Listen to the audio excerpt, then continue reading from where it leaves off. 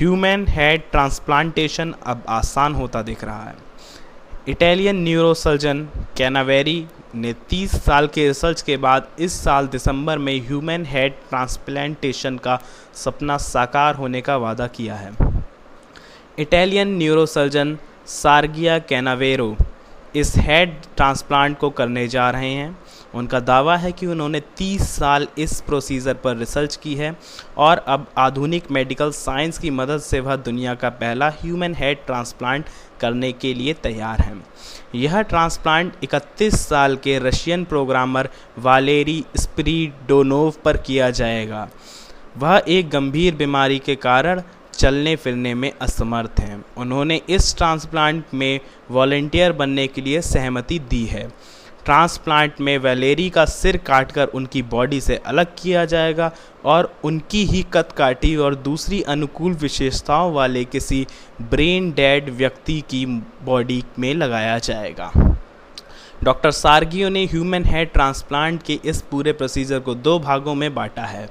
पहले प्रोसीजर को उन्होंने नाम दिया है heaven HEAVEN head anastomosis venture, और जिसके बाद प्रोसीजर का नाम है जेमिनी GEMINI, जिसमें स्पाइनल कॉर्ड को ट्रांसप्लांट किया जाता है।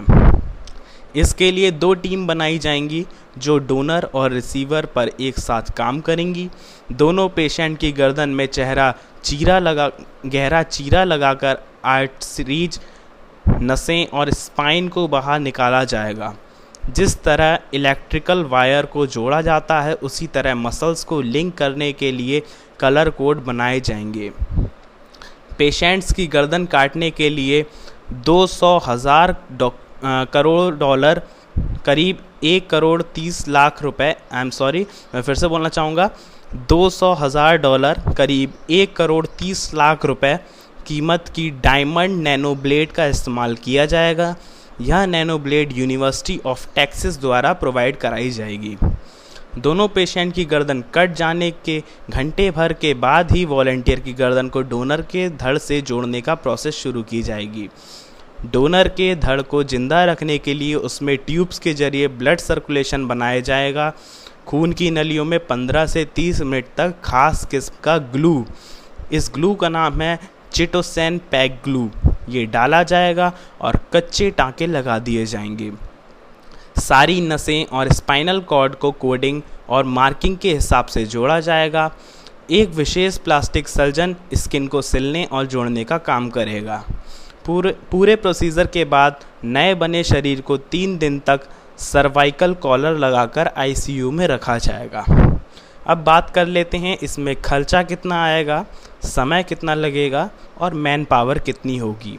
इस ऑपरेशन प्रोसीजर में लगभग 36 घंटे लगने का अनुमान है।